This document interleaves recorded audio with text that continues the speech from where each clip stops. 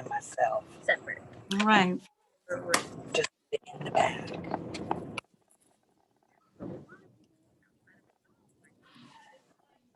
So I'm going to take just a minute, first of all, and just welcome everyone to our, I'm calling it our CAPS chat, collaborators and partners chat. Yeah, I'm really looking forward to our conversation, looking forward to our book discussion of toxic charity. I had mentioned to Chief that a group of us were going to be on the Zoom tonight, kind of just discussing some things as service providers and community stakeholders. And I'm so glad that he decided to join us, if even just for a few minutes. So Chief, I would like for you to have some time to address us, and we'll go from there. Well, thank you, Cynthia. And it's my honor to be with you tonight, just to see some familiar faces and share and what this community is all about. And we've had a rough weekend. I don't mind telling you, a rough weekend that, I've had a lot of questions asked to me today. Hey, what are you guys doing about this? And we have a huge role in that responsibility, but by no means is law enforcement the fix. It's a community-wide approach that has to be taken. And we want to hold our folks accountable and continue to strive to be the best that we can be in service to our community. However, we need the community's help. And I don't know any other way to say it any more simple or factual. I'm not trying to get out of any responsibility at all. It's just not going to happen led and done purely in the law enforcement realm. So thank you to being committed to our community and making it better and safer, because ultimately, as a part of the law enforcement, as a cog to that wheel, the more we work together, the safer we will be. And so really that's my thoughts tonight. I see some heads nodding, so I assume there's some agreement there. It is not, again, to try to shun any responsibility, but it's definitely not, there's also not a golden arrow to fix this. It's something that we need to figure out uniquely to Aiken, and some of the violent crime we saw this weekend isn't from Aiken. It's from other parts of the state. And so that brings a whole nother uniqueness to it. There's one other component that those that have been involved in Aiken Safe Communities have heard this said, and it sort of puts things in perspective. None of the shootings that we had this weekend were random. I'll just be very frank about it. There was a target in all of them. And so if you or your family lives the lifestyle of violent crime or is around it, your likelihood of being a victim of violent crime goes exponentially through the roof. And that's what we saw. Yes, there were innocent victims this weekend that were, but the folks that were involved in the shooting didn't just go to that place randomly. So I just wanted to share that with you. I still think Aiken is a safe place for folks to live and work and enjoy. But it does matter who you hang out with. I'll just say it like that. My grandmother and grandfather and my mom beat that into my head, and it rings true today. That the folks you hang out with sometimes can be the folks that you get in trouble with, and so choose wisely. So anyway, thank y'all for letting me be a part of this conversation. I will not be on the line the whole time, but it was important enough for me to just want to get on, and I'll open it up if anybody's got any questions for me or comments or whatever.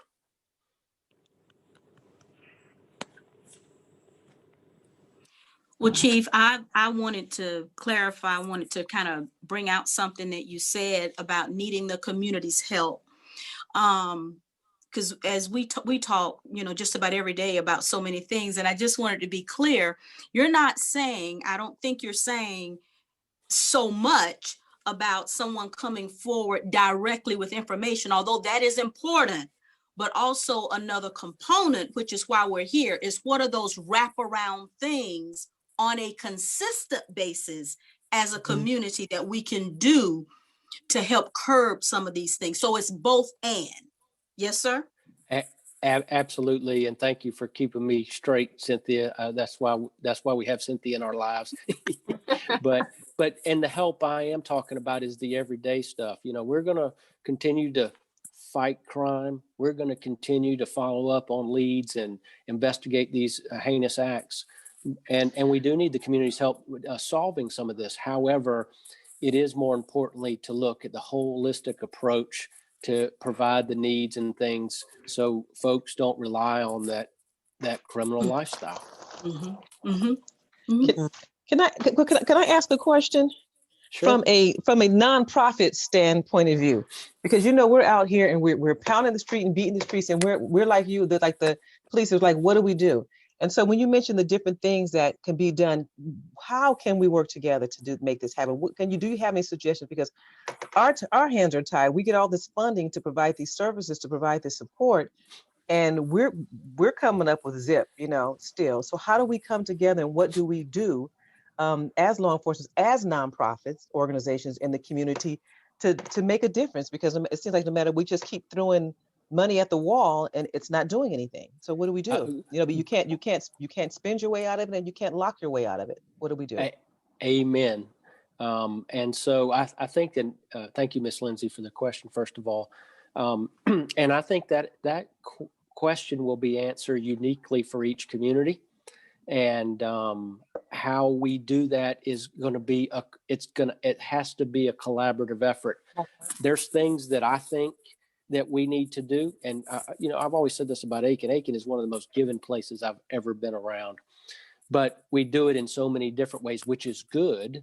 But I feel like at times, if we can get pulling in the same direction, we can be a lot more effective in how we give or, share or maximize those efforts. It's, there's a quote in the Bible that talks about when you have, your two oxes, you're going to not pull double the weight, you're pulling exponentially. So I think that's the case here. And I hear the frustration, Ms. Lindsay, and hear it and see it. So ultimately, I think potentially this is the group that could figure out that map for Aiken, because I said, I wish I did have that golden arrow to fix all this, but it is so much bigger than the spending your way out of it, you're locking your way up out of it, then we need more than single minds to figure that out. So I didn't answer your question, I know, but maybe that's a pathway to getting to an answer. Yeah, it's definitely a hard question to answer.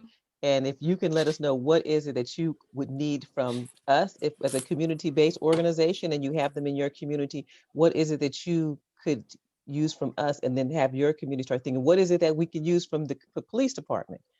And I think that sometimes that's not something that's always asked back and forth. Great point.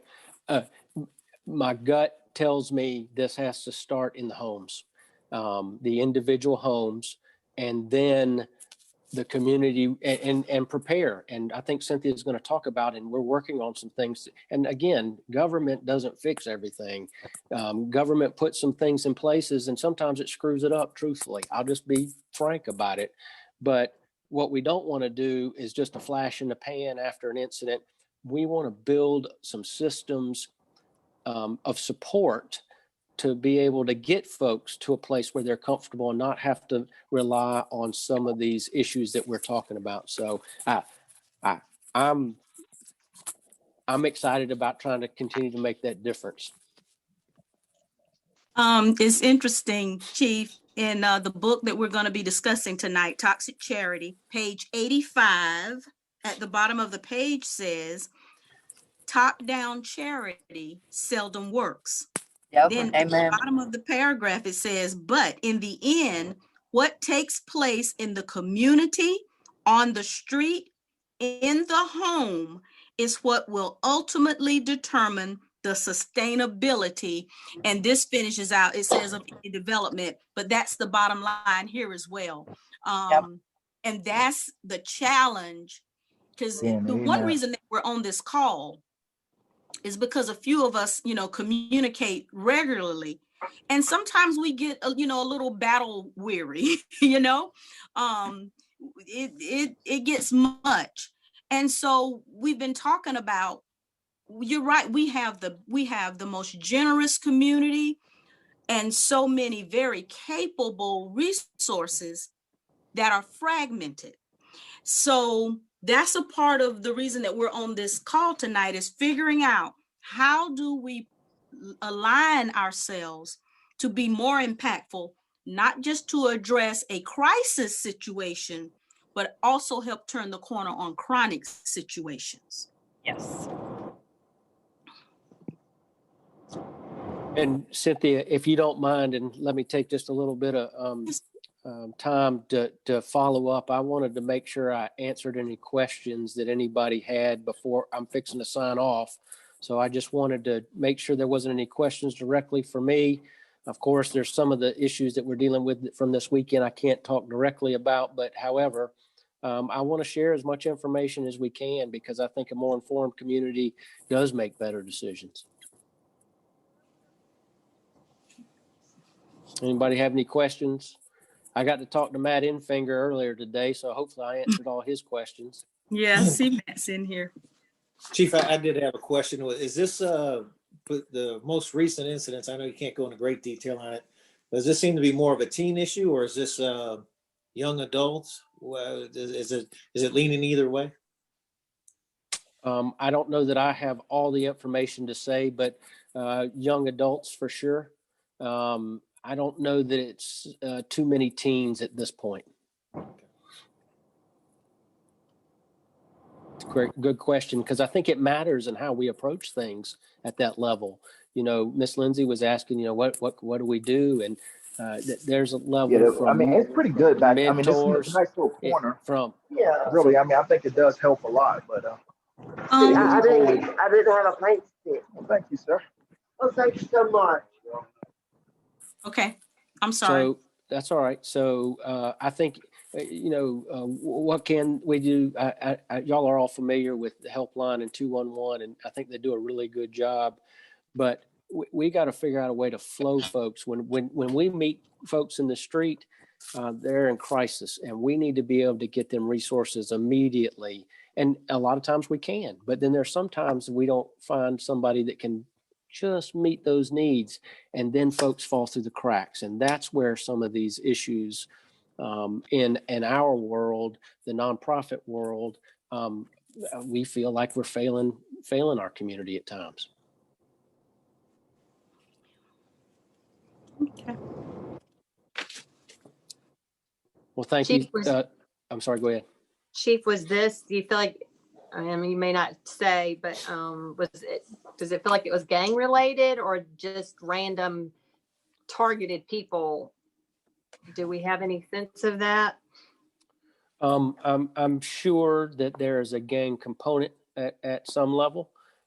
This was, I don't think you can say it was random at this point.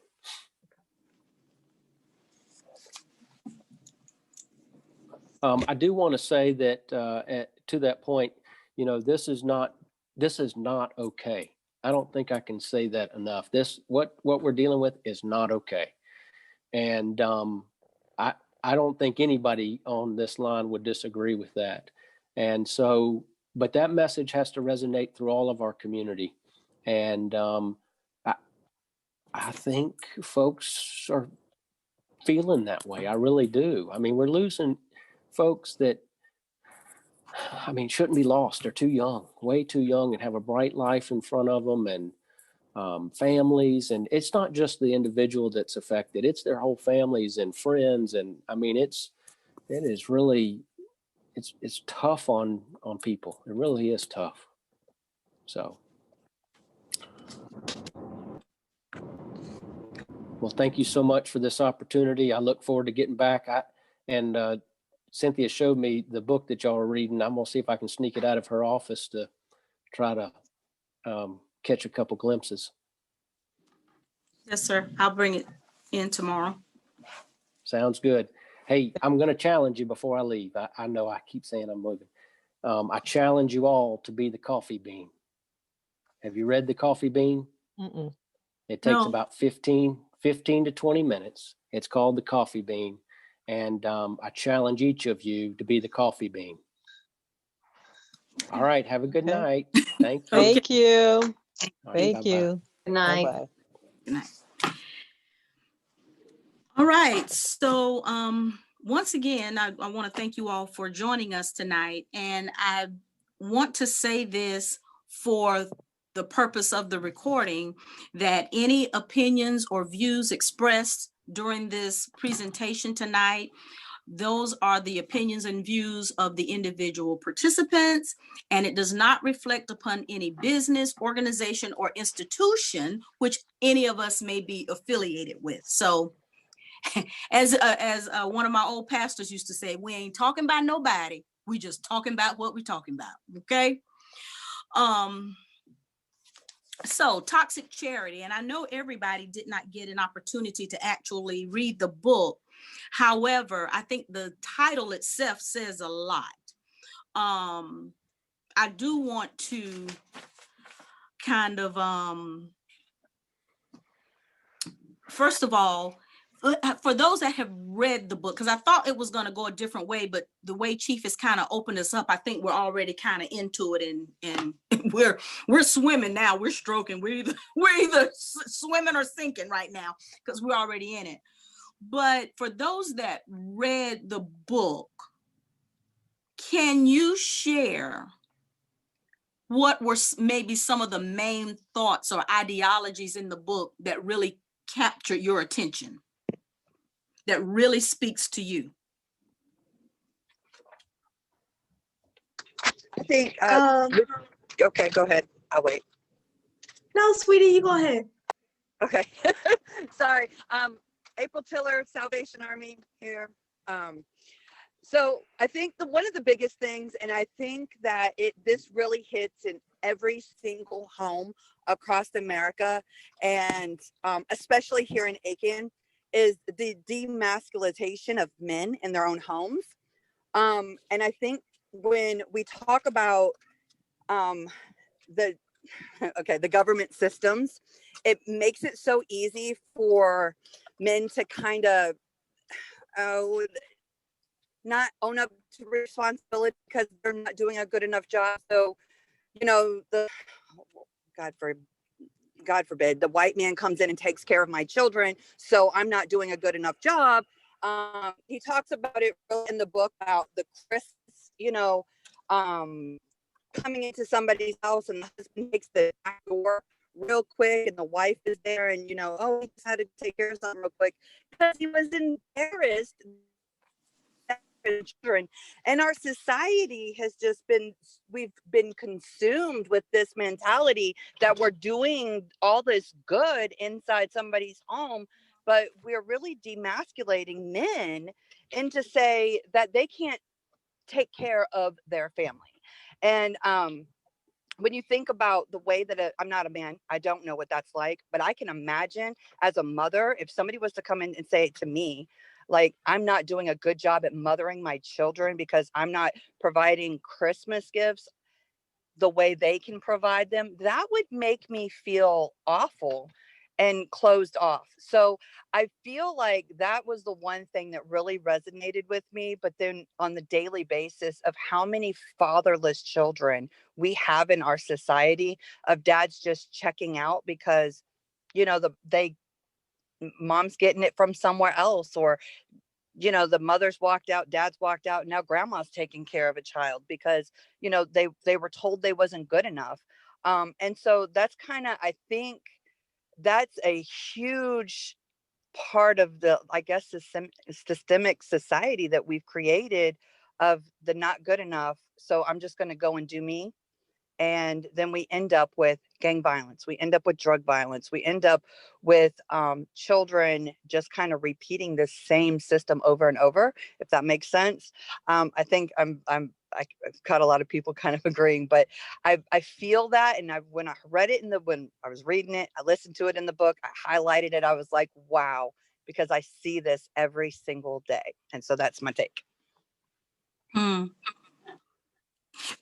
Page 1, in the first chapter, under chapter 1, the scandal, it says, while we are very generous in charitable giving, What am I getting? much of that money is either wasted or actually harms the people it is targeted to help. I'm curious, does anyone else see that same viewpoint? Because I totally agree with that, you know, with the program that I work with directly. A lot of times those young men have already, in particular, because we have a few young ladies, but they've been through so much.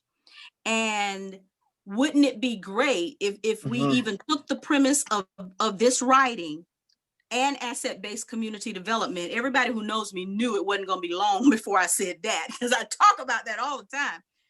But if we took the premise of this reading and those ABCD principles and began to build on the positive in the young people, Yes, that have been tossed aside and you know, demasculated.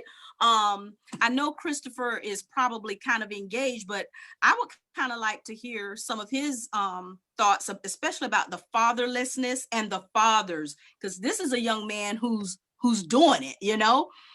But there's so many that we've kind of, you know, taken our hands off, and it continues to feed into some of the challenges that we see.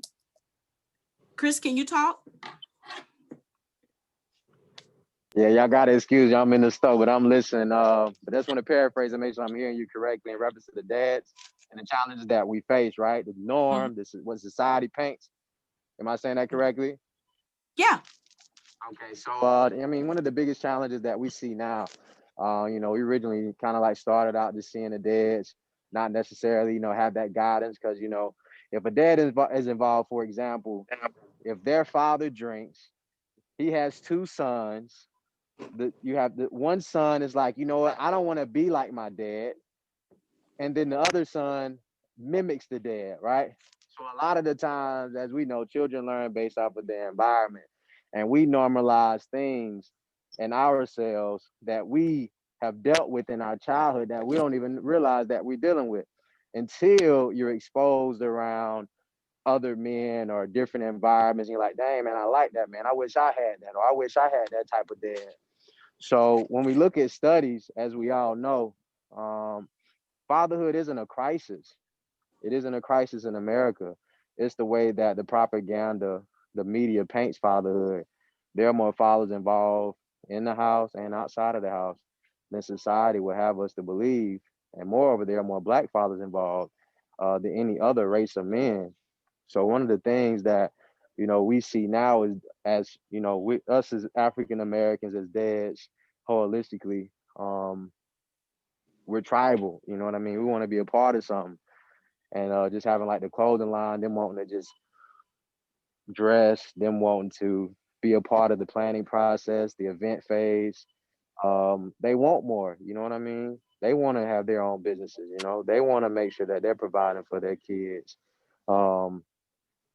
And it's just, it's humbling on the back end, but on the front end, people see dads, especially in the community that we serve, as not being there. Man, let me tell you something about these quote unquote dope boys out here, man. Them boys take care of their kids. You know, I mean, they are there. It's unfortunate because it's what they've been taught. Again, they learn based off of their environment. So they saw their dad do it, and it's like, man, I gotta get it at the end of the day. But you know, where do I put my money at? I don't know where to put my money at, man. This is the only way I know how to get it, Chris. I mean, I got a, you know, felony. I can't get no job. Every time they look at me, you know, they marginalize me. You know, they automatically shoot me down. So, you know, one of the things that I think we have to again work on is like second chance initiatives for the dads. You know what I'm saying? Like really giving them an opportunity to prove their manhood, that they're not like their dad. You know what I mean? Because they see us doing it every day. You know, and I don't want to be repetitive because I'm kind of like just speaking from my heart right now. I don't have no blueprint in front of me, but you know, fatherhood is alive, man. Fatherhood is alive and well. But most importantly, man, seeing the young kings see us take care of our kids, this is what's gonna change the game. Seeing the young kings and the young queens see us take care of our children, they want to be involved in their child's life. You know what I mean? So at the end of the day, it's gonna come to a point where ain't gonna be no need for no government assistance. Ain't gonna be no need just going out and looking for a job. They're gonna have their own job. They're gonna create their own opportunities. You know, their languages change, the way they carry themselves has changed. And then they go home, so their parents see and they're like, hold up, where you learn this from?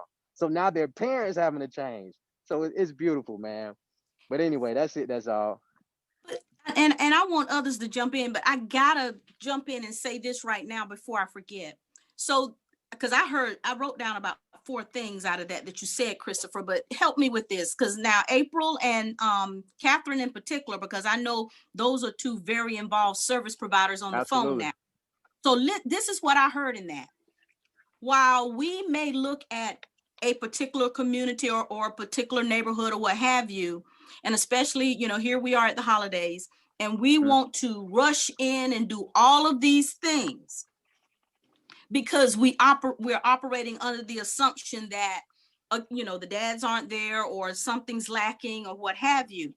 But from what I just heard, how could we turn the corner if we began working in those communities and working with people like Christopher who are already there and have such a deep relationship? What if we began working with those communities long before the holiday season, for instance, and providing opportunities for those parents to be a part of the giving somehow?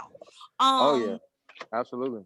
Because what I'm hearing is, again, and we do know that how oftentimes, you know, media will paint one picture and it's actually something else.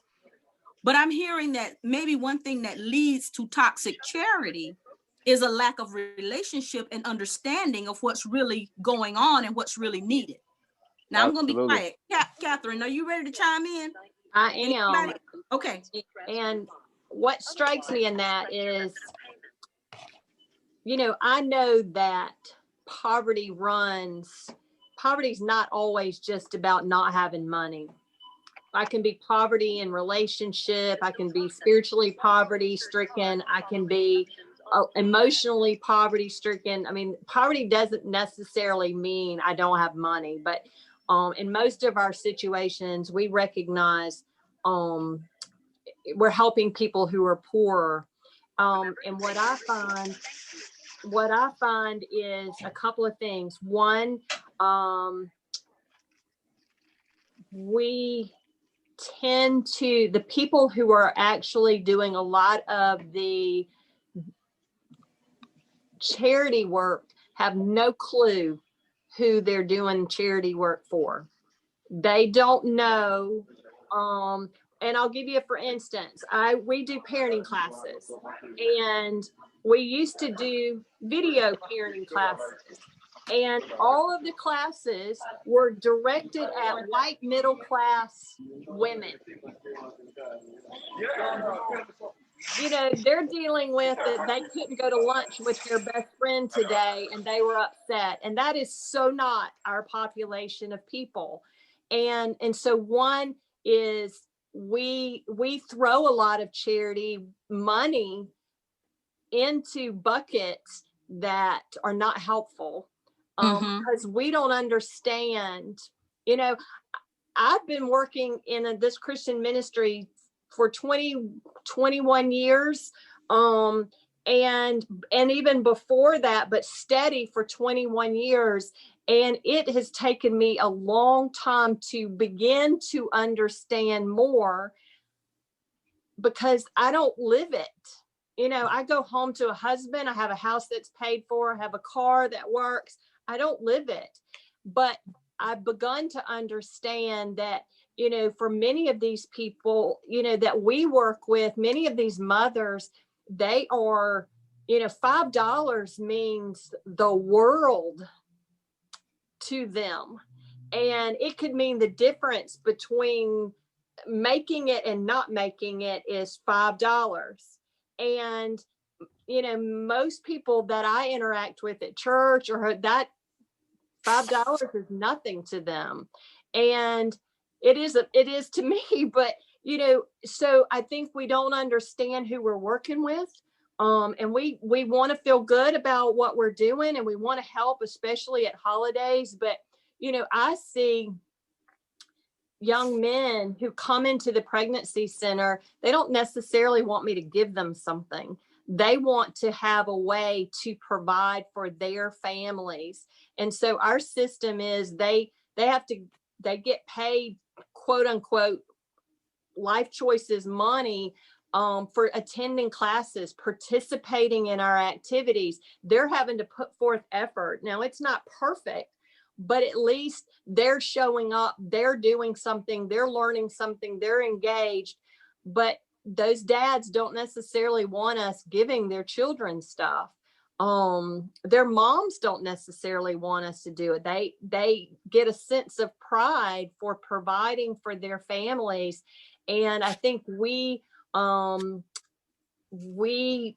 undermine that for many of them. So I think the biggest thing in this part of my conversation is we need to get to know one another across social stratas and understand what the needs are and what they're not, and work together to educate our community. And I mean, some people may never get it, but I think we could do a better job at helping people to understand what the real needs are and what aren't needs, and how do we better address what the real needs are. Does that make sense? It totally makes sense. Who else do we have in here? Kianla, Mr. Davis, Vanessa, does anyone else want to chime in? Because you can see who the chatterboxes are, because we talk and we can kind of I like to chime in.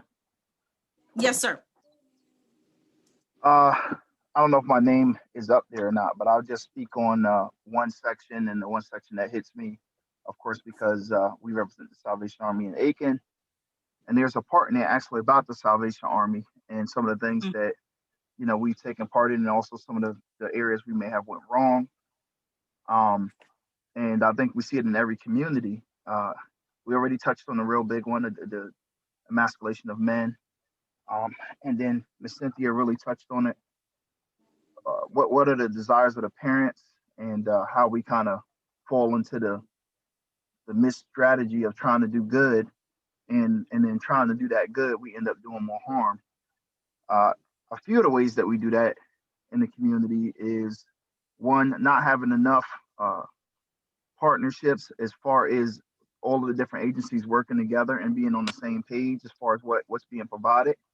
So the system is not being taken advantage of in such a way that when the resources are needed, they're not available. And also another large way is when you have, and this, again, I'm going to pick on the Salvation Army, is when you have institutions such as the Salvation Army. Greenville is a great example. We opened the Crop Center there in Greenville South. And for a long time, it took, some intensive planning to get it off the ground, because it was such a large institution in that community. But at the same time, it hurt in some ways.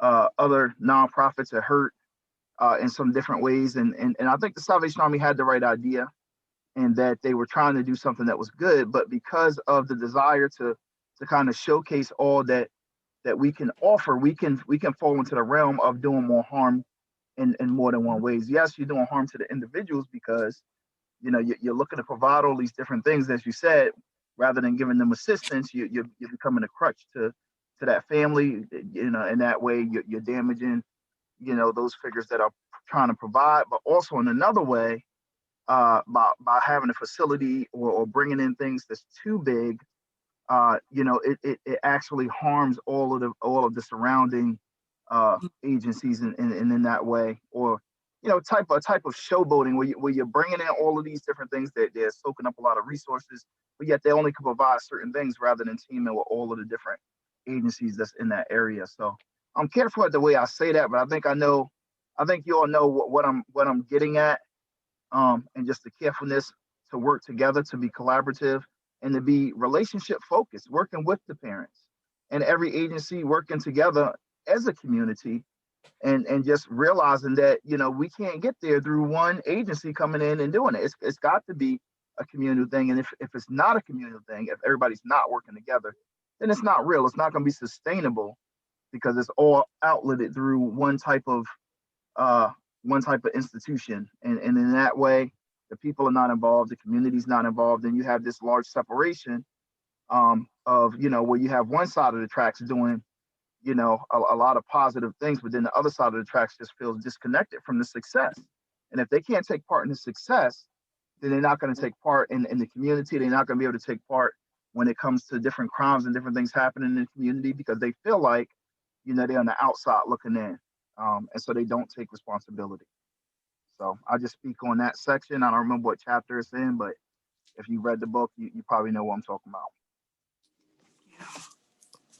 Well, I haven't read the book, and I am looking so forward to reading this book, being in this nonprofit arena for so long. And one point that I would like to touch on, and I don't know if this is in the book, but I'm sure it is that finding effective staff who is empathetic, sympathetic, and who really wants to do the work and is not just looking for a job and the easy way out.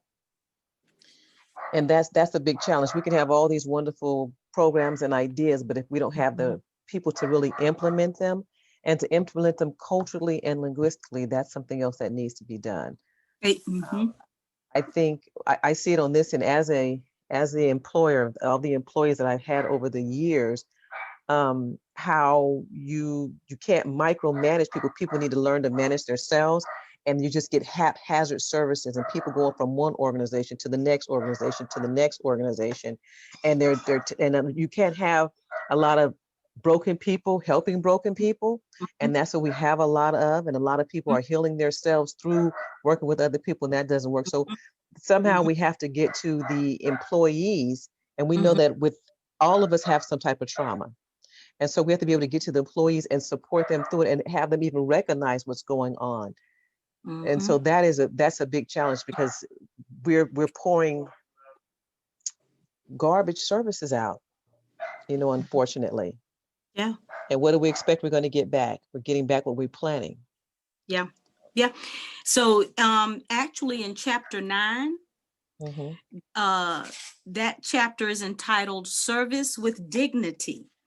And at the bottom of the page, it says, but those who have been devalued by society are unusually sensitive to the signals they receive. And this finishes out and says the dominant culture, but it's from those that are supposed to be giving the help. And I put in my notes, what signals do we unknowingly give? Body language, facial expressions, all of that will feed into those toxic relationships between those who are serving and those who are being served. So actually chapter 9 addresses that. You know, one thing, and I think, Kiala, did you read the book? Yes, ma'am, I did. I don't know, did you notice one thing that stuck out to me, because this has been a large part of the work that I've been doing for the last 20 years, is the way Toxic Charity encourages us, and Kiala's been boots on the ground with us, is why I called her name. That includes, first of all, going into the community, but sitting the people down first and having them basically be the leaders of whatever planning for their community is going to take place. And I called out Kiala because, like I said, she's been out there with us, boots on the ground, and then she's just got a personality, you know, where she talks meaningful conversation, and she listens, and you know, and kind of can decipher. So someone like Kiala giving some training about how we go in, have the meaningful conversations, or just maybe doing some coaching, but reminding staff and workers what your body language and what you're giving off, your nonverbal communication as well. I don't know if you have any stories. I know we got a million stories, but I would like to elaborate on what you just said as far as how because although I read the book, I had to read it 2 times and I still had bad mommy brain. But I would like to elaborate on how you just stated that we have to go into those communities and actually talk to those people in those communities. Because what may work for one community may not work for another community. We can't just go in and be like, oh, well, we did this in this community. You know, we gave hot dogs and books and coloring pages. And look at the communities now. They're thriving. They're doing an amazing job there. That may not work in another community. We actually have to go into each community because each community is unique. And so I did, you know, that did stick out to me in that book. I actually wrote like a whole bunch of stuff down prior to reading this book about specifically kind of this, because I was pondering if I should start a nonprofit, but I don't think I will. And the reason is because, like Mr. Chiller stated, there are so many sources, there are so many people that are willing to help. So why not solicit my help here, there? Y'all know I'll be bouncing around. So why not solicit my help in that way? And give my ideas in that way and do it that way. But however, Christopher Emmanuel made a statement about tribes. As stated, every community, and I like the term tribe. Every community has its own tribal mentality. So we must go into those communities, learn what those tribal mentalities are, how to improve those tribal mentalities, how to elevate them. In other words, my tribe ain't the same as Miss Cynthia. My tribe ain't the same as Miss Lindsay. My tribe ain't the same as Christopher's or Mr. Davis or Mr. Alderthon's or Miss Wade's. It's not the same because maybe it's because of how I was raised. Maybe it's because of just how I am. But we must establish those tribal mentalities and based off of that, figure out, hey, maybe this community needs parenting classes. Hey, maybe this community needs couple counseling. Hey, maybe this community actually just needs some mental health classes or even just fitness classes. Or they just need to sit back and actually learn how to meditate and question themselves. Hey, what's making me angry? What's getting me upset? And base it off of that. Then, based off of the answers that they potentially give us, based off of those questions, then we can see what programs we have to offer. Just my opinion, guys. I don't know. That's good. Yeah. Yeah. I read something. It's probably on Facebook because, you know, Facebook is where I get my daily bread. I'm just playing. But because it's so much on Facebook. But I think it was a meme on Facebook I saw. It said something to the effect that sometimes what we view as, say, like a negative behavior or something like that is really just unaddressed trauma. And I think that's another story for another day. We won't tackle that here now, but that's just a point worth making. Is there anyone else who hasn't spoken that would like to chime in on some of the things that we've talked about so far? Go ahead. On chapter 1, can you hear me okay? Yes. In chapter 1 of the book, they talk about the oath of compassionate service. And that resonates with me. I've been involved in construction training programs with at-risk youth. And not only was I able to share a program for them to learn, they taught me things about dealing with young people. And I believe that education is a tool where we can develop links for knowledge, respect that's going both ways. And then the whole community benefits from it.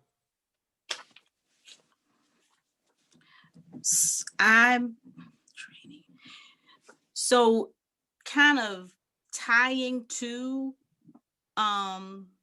what I think Vanessa originally brought up about getting workers that are sensitive and can go into a community and be effective. Mr. Davis, I think what I'm hearing is, as we prepare, I'm saying we, I'm just kind of using it for the purposes of this conversation, but when service providers or caregivers or however we want to term that go into a community or begin a work, coupled with that training, if you will, look at this oath for compassionate service is what I'm getting at. How do we, Carl and I just spent a day with the rookies, and we were talking about community policing, and we talked about applied knowledge, Carl? But it was a higher order of thinking. So that comes to mind when Mr. Davis, when we start talking about this oath for compassionate service. How do we get all of us to a higher order of thinking and operating as we begin to provide charity without it being toxic? So I tied those together, Carl. I don't know if you heard that in that, Carl, but I heard it in there. Well, and if I could, Cynthia, I'd like to mention one thing that I heard as well, and it's really I haven't read the book yet, but being an officer that was assigned to a specific community in the city of Aiken for so many years, I think one of the initial problems a lot of people have, this was a law enforcement problem, but I would think a lot of assistance agencies would have the same issue. We come in from our perspective. Okay, this is what I do. This is where I see the problem. And it's really, like you said, coming from the individual's perspective, the citizen's perspective on what they see their needs are, and then trying to marry those two. You might say that, I want to feel safe walking in my neighborhood, but, from a law enforcement perspective, I might see, well, really the real problem is this guy who's selling the dope that's bringing these guys coming back and forth. That might be just two different perspectives, but really we're talking about the same thing. And but at the same time, marrying those two. So we're taking that common approach together. And I like what you're saying, what you said earlier, that we just can't come in and say, this is the template, we're going to put it on top, and this works for every neighborhood, and this works for every organization we work with, because that is not the case.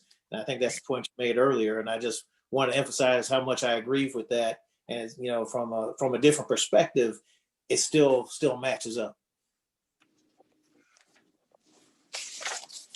I was looking for who else is in here that, hi there, Monica. Sheila. Yes. I don't know if you want to chime in, because I don't think you had an opportunity to get to the book yet, but I'm wondering, what has been, or have you noticed any challenges, barriers to sort of, getting engaged with community and helping? I have found, am I on? Yes. Okay. Yeah, my volume is low. Yes, ma'am. I have found that people are very willing to be employed, and they have to have help, because grade school education is so poor, the forms are so overwhelming, and they have to have help to get these jobs that they would like to have. When I served at the Salvation Army soup kitchen, I saw young men who had such poverty of spirit. It was tearful. And it was the men. They came in looking so beaten. But I think they need to be helped to employment and guided along the way to see what they could do, trained for something. They have to be saved and rescued.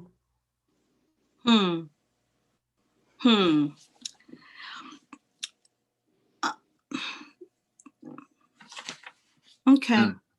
They want to be. Yeah, they You can definitely see that do, they want without to a be. doubt.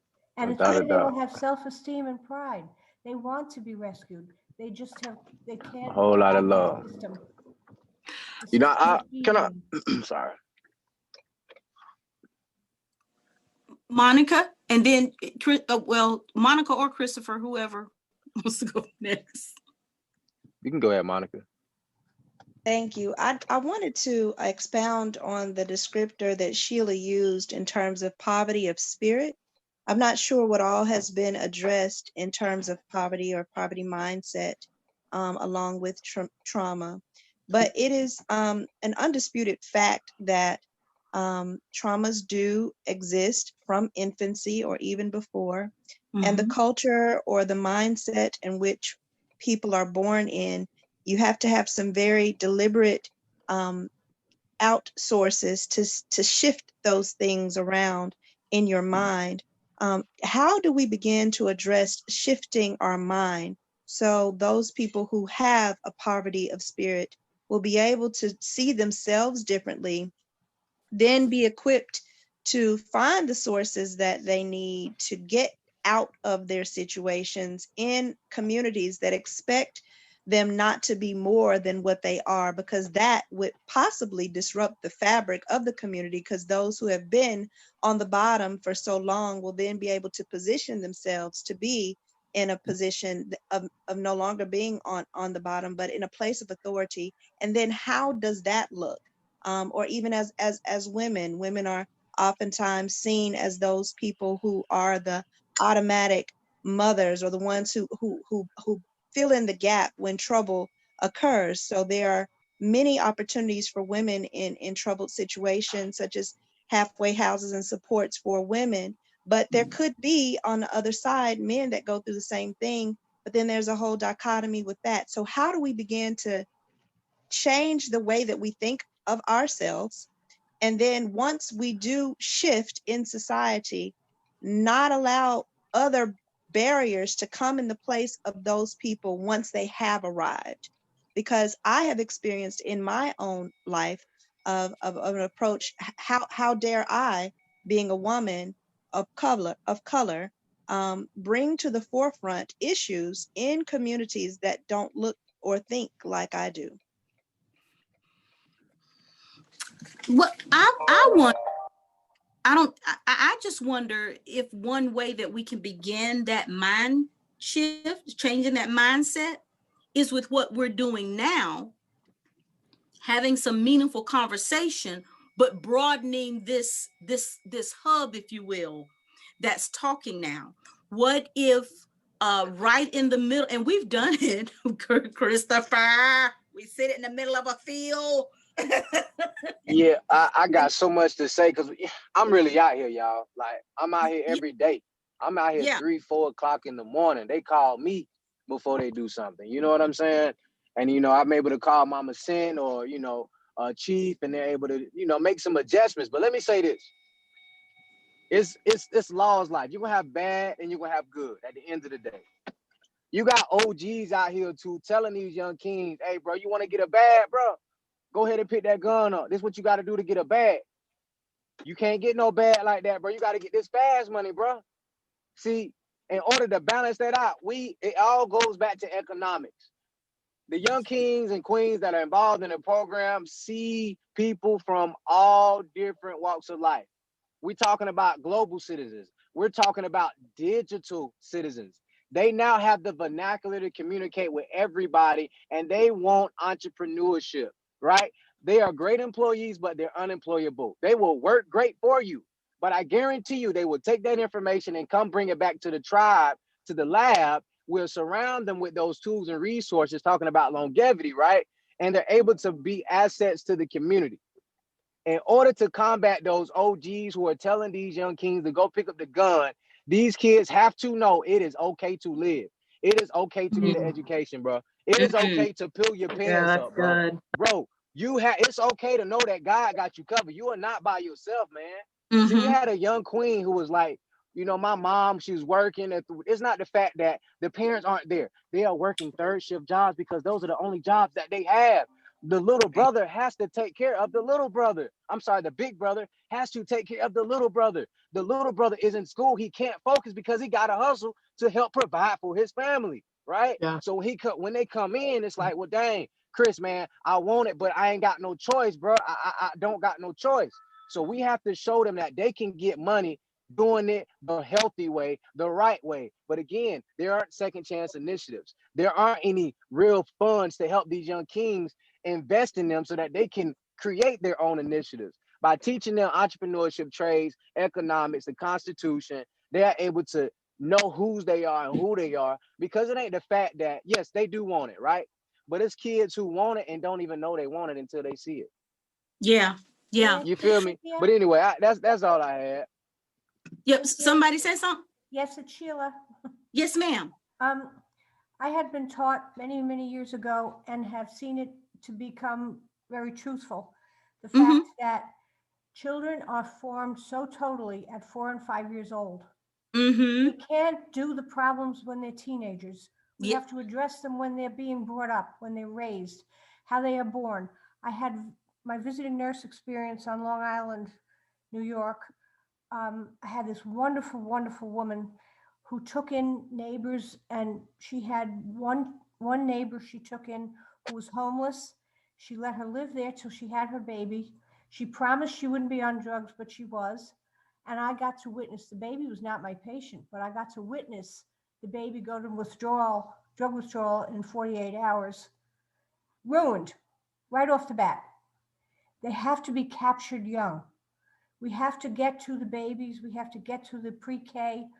And that is what will form the whole entire life situation. I hope. No, that's real. They definitely gonna change the game. But what I'm hearing are even divisions here. We've kind of gotten away from toxic charity, which that's fine. Well, no, because we've made it more personalized. We're really trying to get, we're talking through some things. But I'm hearing like some maybe tears in this. So what if of those of us on this call now, okay, and we know others, and I'm not as young as I used to be, so I'm not really doing the boots on the ground. I'm getting out of my bed at 10 o'clock at night, 12 o'clock at night, going down to the Rainbow to drag somebody out of there because the boyfriend beat them upside the head. That was in my younger days when I would do real daring things like that. I'm not there now. However, a reading program for small children, and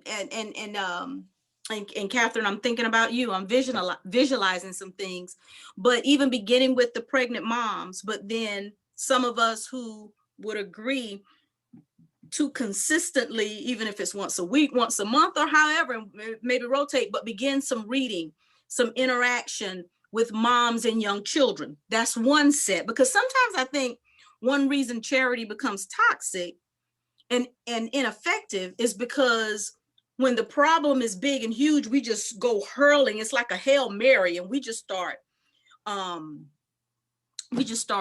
swinging everything we have, instead of perhaps taking some things in bite-sized pieces, categorizing, and then and let the troops attach even where it's their passion.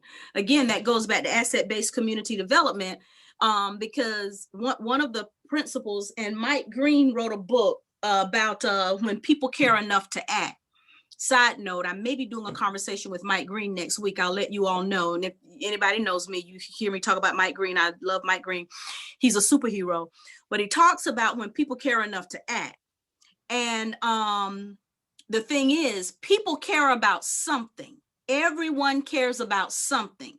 What we have to be mindful of is they may not care about what we want them to care about or what we think they should care about, but everyone cares about something.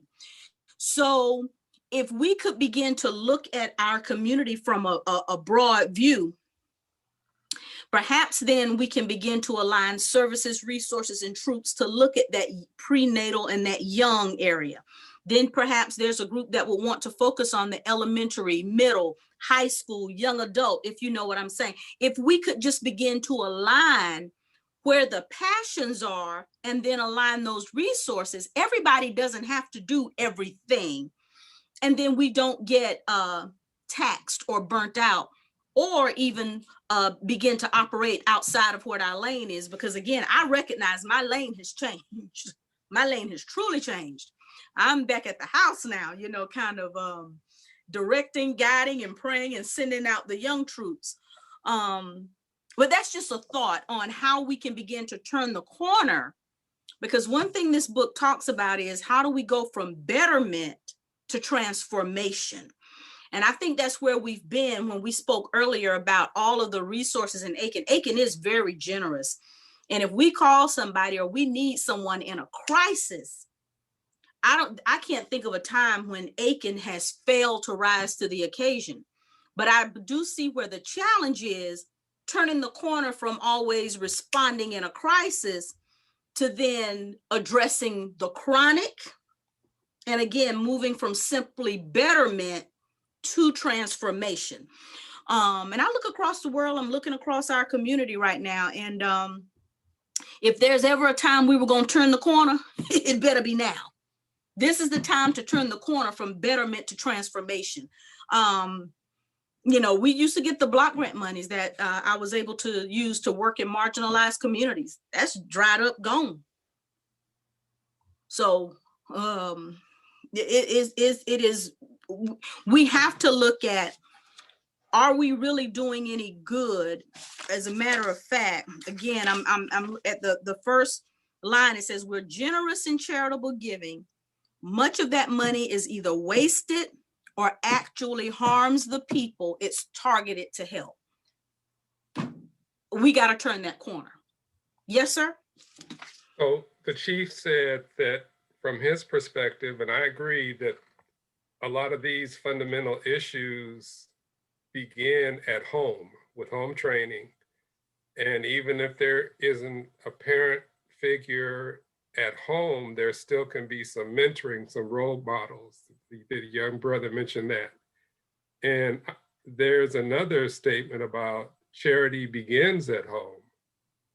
So if the issue is toxic charity, if we shift the responsibility from outside the home to inside the home, and we're able to bring in some soft skill, educational, if it's a little bit of religion, if it's religion without the dogma, you know, there's ways where we can be effective and empower our young people and allow them, remind them that they're kings and queens, and doesn't matter what the race is, there's God operating inside of all of us.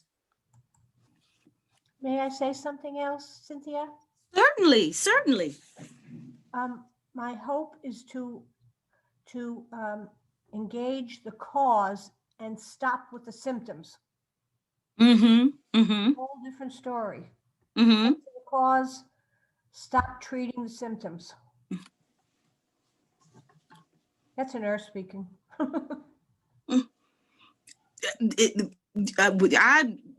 I totally agree. So the fundamental, I'm taking in what Mr. Davis just said and going back to what Chief said, and it's in this book. So while we've looked at dollars and programs and initiatives and all of that, what if the core and the foundation begins with relationship? And we have done a lot of connecting with the children, and I know it became a focus at one point, and we tried to have some adults. We were going out doing something with the children, and we tried to have a few adults with us who were focused on the parents that were going to be standing around the peripheral of whatever it was we were doing.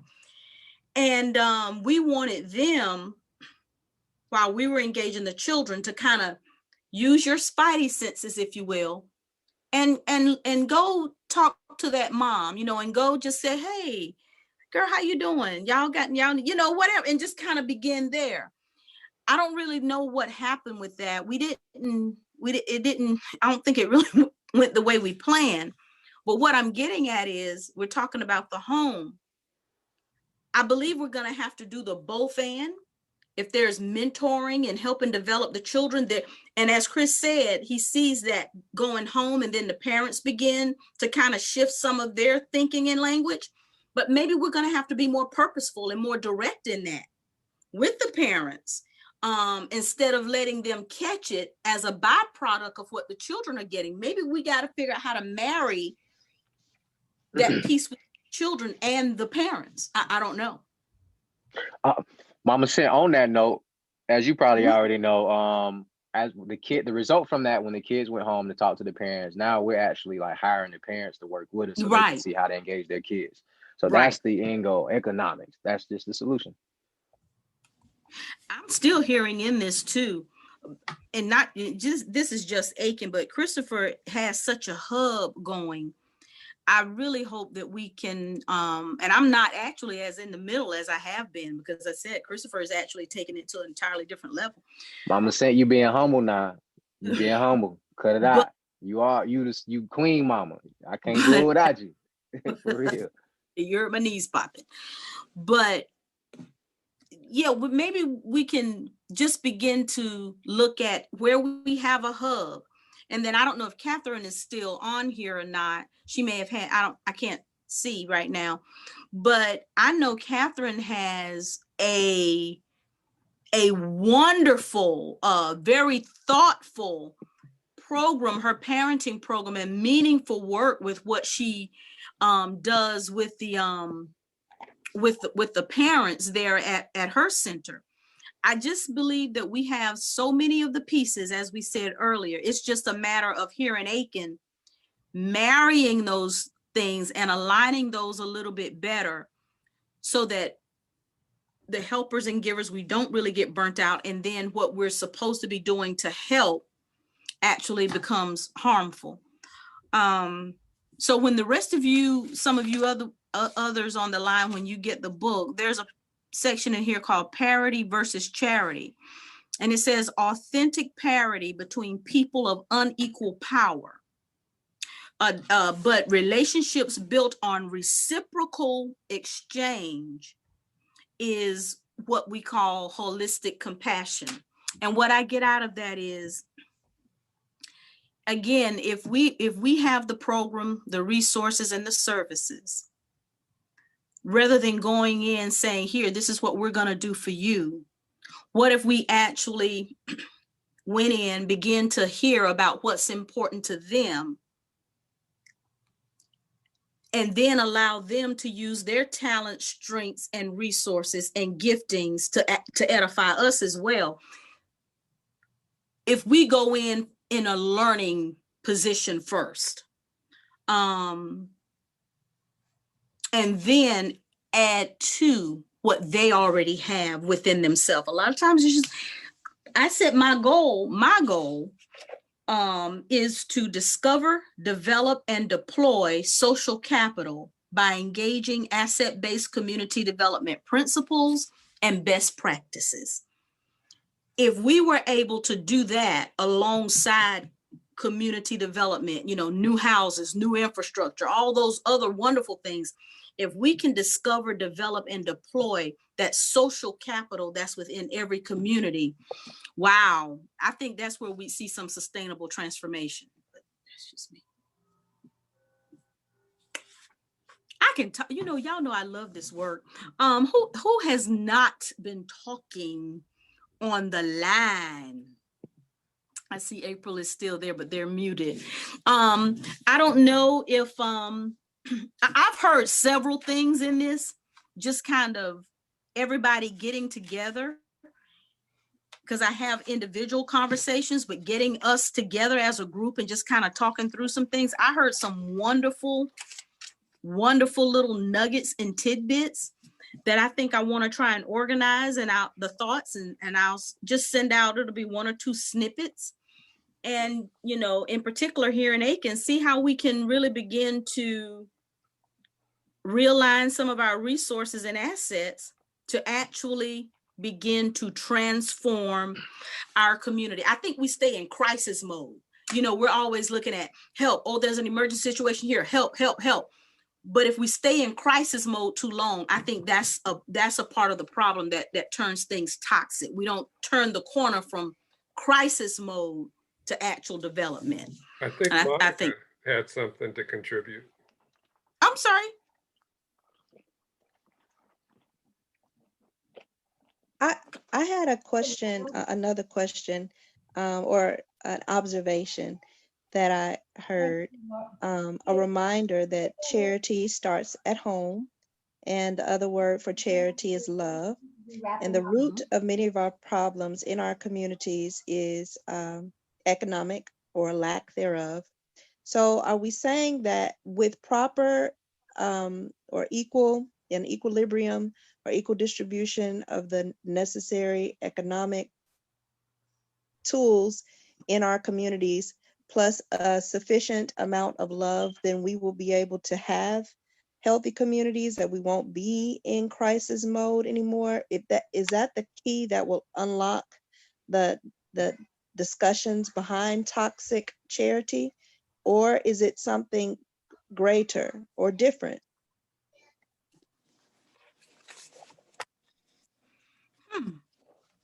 I think there's a connection between effective helping, I won't call it charity, but definitely if we're in a loving mentality, we're more inclined to listen to each other, respect each other, and help, as opposed to just giving somebody something that they may not be capable of successfully accepting. So love is key, I believe. Well, and I'm back to relationships too. An authentic relationship, and I do believe love is the major component of that. So yeah, resources wrapped in love.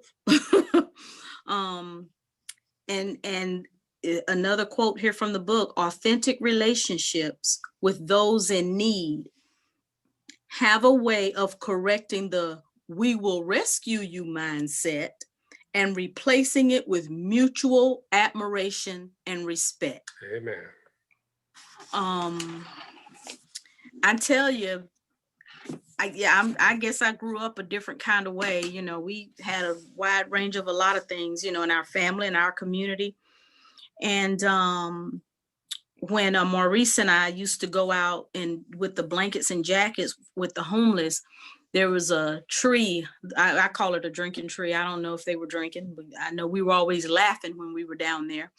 And when I tell you, I don't think I ever really felt any kind of way, because if I drove by there, you know, I just throw up my hand. You know, that's what we did in Graniteville on Church Street. You drive down, you know, you just throw up your hand. But when I started going out with Maurice, and he knew some of them, and we actually would get out the car, stop, talk. We'd stay out there for the longest sometimes. One guy, every time we went, he had a different magic trick for us. And there's one fella down there could sing. And I mean, we have sat under that tree and sang hymns. So when I think about community and the broad spectrum of people that have poured into my life and that have impacted and encouraged me, that vision, it looks like a lot of things. It looks like old, rich, white, black, Hispanic, poor, wealthy, straight, gay. Honestly, when I think about the people who have impacted me and loved me through some things and provide, it's really a coat of many colors, if you will. So I just believe that I think we have to look at some things differently. We've talked about shifting the mindset. We are certainly in a new paradigm. You know, we can talk about it. Get ready. It's coming. It's coming. That is not true. It is here. And we got to jump in the flow. And so I wanted to just explore our thoughts about giving toxic charity, how we do it, and are we helping or hurting? But I heard some wonderful observations and some that are even already mentioned in the book. And I'm hoping that we can kind of have some more conversation at some point. I think we probably need to go spend some time with Christopher in particular. I know maybe I just do, and really begin to help build around him, because he's doing it. He's got a motion, he's got a model. And we've seen some great strides. I started to say something else, but I'm gonna leave it there. But have some more conversation, but take a step before we come, before we talk. And let's just take a step. Monica, come over to Aiken sometime and go with me. Let's just go over to Christopher's and just kind of see what he's got going on. And let's just see how we can turn the corner from betterment to transformation. How's that? I like it. I like it. Get ready, man. You gotta be active. No, I'm just messing with you. I know you're active. I see it. I feel it already. But Tuesday, Wednesdays, and Thursdays, they do constitutional law on Wednesdays. They do financial literacy on Thursdays. And then we actually recently just got into like horse therapy, and they're gonna be learning how to play golf. So I'm just exposing them to the things that I wasn't. And then they're just able to just put us in posture to have real conversations. So one may gravitate towards you more than they gravitate towards me. It just depends, you know what I mean? But it's an enlightening experience. So, I'm definitely appreciative of Mama Sent's hard work. I can't say it enough. She's humble, but Mama Sent knows what's going on without a doubt. She's been doing this for over 25 years. I'm 31, but I think everybody on this phone call is essential. You know what I mean? Les Brown said something called collaborative achievement relationships. It's all about relationships, collaborative achievement relationships. That's the key to the door. I don't really think we're going to be here to see the change, but just like, our forefathers, it's on us to spark the next level of change. We don't know what it looked like. We're walking towards a dream and a vision. We don't even know what it looked like, but we're going to make it happen. But it's definitely within the youth. That's it. That's all. My bad. Yeah. That's it. I'm done. Yeah. No, but Barbara, we're actually just hanging up. Barbara had another commitment, but I thank you for getting on.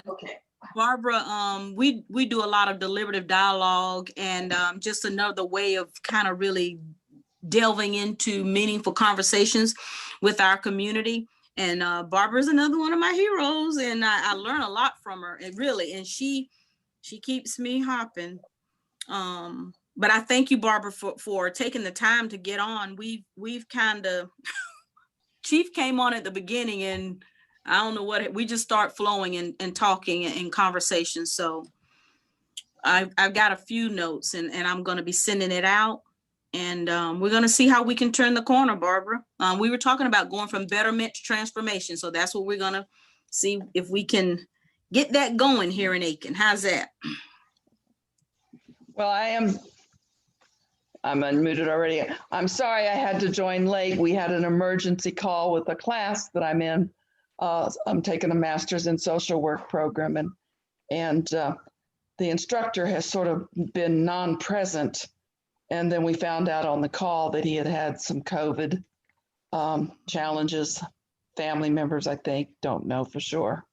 And he hasn't given us any feedback, and we're in the last class. And so I had to take the call, but even though I'd already made this commitment, but maybe one of your, before you log off, if people are still there, maybe somebody can sort of tell me a little bit about what you all did tonight, or what their response was, or what they learned, something special, something specific.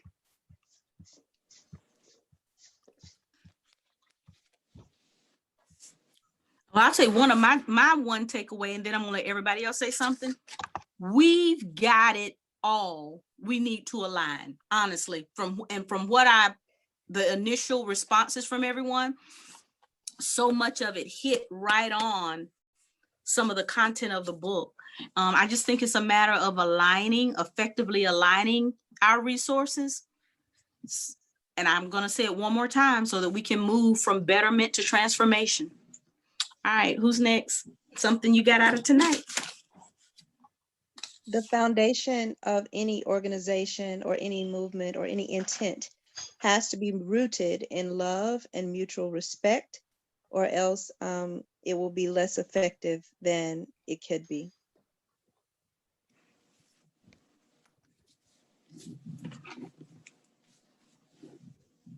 That's all? Everybody else learning? A lot from tonight. I have taken so much from tonight. Absolutely agree with Miss Cynthia, Miss on love and purpose. Absolutely. I'm sorry, my son is right here. He's trying to feed me. But love and purpose absolutely need to be a foundation. Otherwise, it'll crumble. Also, aligning with each other, allowing each other's strengths to be shown, not just our strengths, but when we go into communities, allowing those community strengths to be shown, so that we are allowing them to push what they need in their community, allowing them to push it forward. If we leave, it don't just crumble. That's right. Oh, I'm sorry. And that as, well, let me cut my face back on. And that as providers, either from as a community-based or governmental-based, we're not the end all be all and know all. And that there's a lot of work that we have to do internally in order to help externally.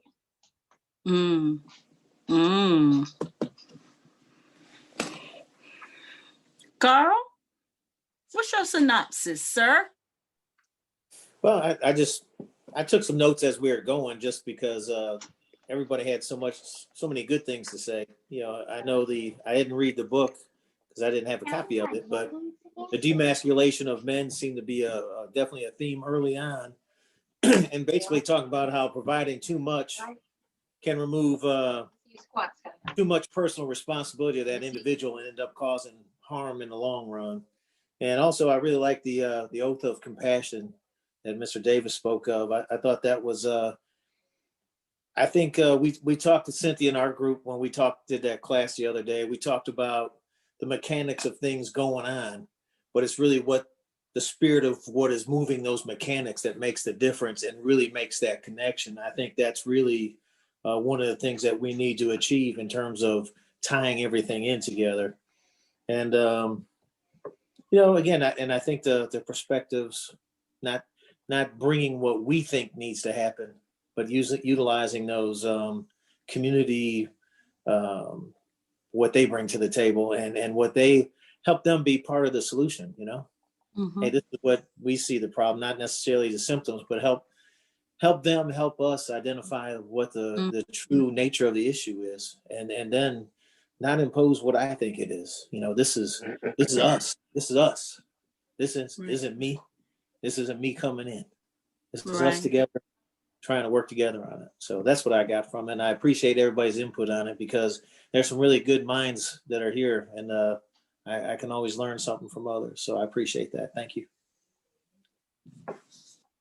I'm gonna piggyback right behind that, because I think that goes straight to one of the illustrations that's used in the book is the missionary team goes into a just a broken and desolate out in the middle of nowhere desert area, and they have no well.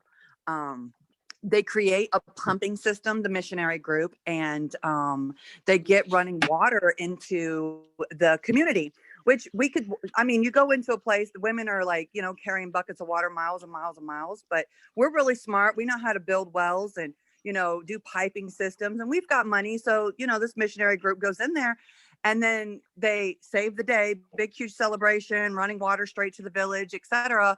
And then they go home, and a year later, a missionary team comes back. Women are back bringing water miles and miles and miles because the pump broke down. So we go into a community, we fix the problem the way that we think that we're supposed to fix it. But when we leave, the problems reoccur because we really haven't fixed anything or even showed them how to rise above the situations, train them on how to work the well, so when the well broke down, they didn't know how to fix it. They didn't know what was wrong. So they just went back to the same old. So when we go into communities and we can go in there with our trash bags, clean it up, go in there with big events, food, soap, water, like, you know, whatever that is, we can go in. But when we leave and the resources are gone, they just go right back to the same way, because we really just, you know, dealt with the basic problem, but not the root of the problem. And we dealt with it the way that we felt like we could deal with it, that we looked out from the outside, looking in on the box. Oh, well, we can fix it this way. And then we go in, we fix it, but we don't teach them anything. And I think overall, the idea of toxic giving is that is the very thing. We're not educating. We're not making the groundbreaking change in their lives, staying with them, building the relationships, having the love, having that compassion, but serving with a Christ-like heart. Christ actually dealt with the root of the problem. He didn't just cure leprosy, but he cured their faith. And he encouraged them, and he empowered them to make the change in their life for themselves. And I think that's where we need to go as a community, as a group of people who really care about Aiken. And I love what I'm envisioning here with all of us just kind of talking.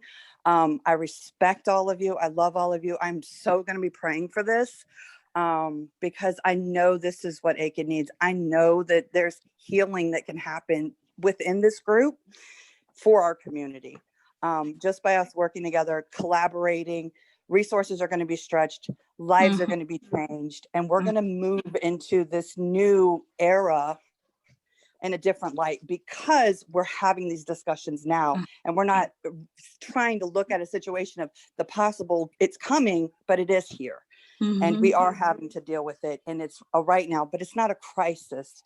We're actually going to treat and educate and encourage and strengthen and move us to where we need to go. And I think that's the most important thing. So thank you all so very much. I appreciate it. Please read the book. My mind was blown when I first read it. I read it again for the second time.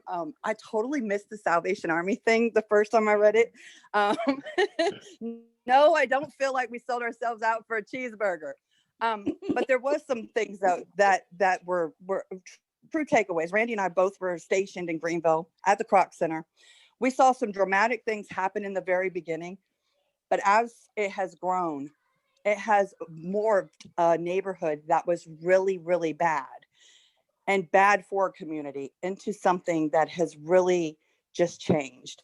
And because of that one little seed that was planted right smack dab in the middle of, you know, a really impoverished area, you've got young families moving in and children, you know, just, it can happen. We can do this as a team. And it took a team of people to create and envision that. Not every Kroc Center is the same. I will agree with that, but at least we have one in envisionment.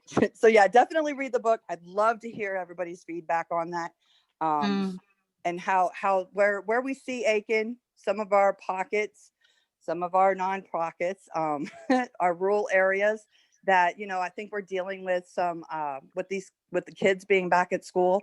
I know that we have kids who don't have the internet and they're using the library, our Boys and Girls Club, wherever they can go to get internet, get their hotspots to work sometimes even. I mean, those things are great, but they weren't perfect. It was a great idea. And it's just one of those things. We just need each other, and we need to work with what we have. And I think within this group, we have it. We have an A+ group of service and servanthood hearts in all of us. So thank you all. Okay, I'm finished. Was there someone else?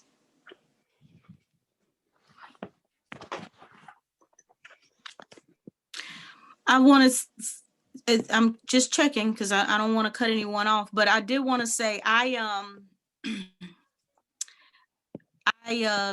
took the liberty, actually. I put your information, I put it on the website because tonight I didn't really want to take a lot of time doing introductions. And I'm glad we did go that way because, like I said, after Chief got on, it just kind of opened up the conversation and we just kind of got into it.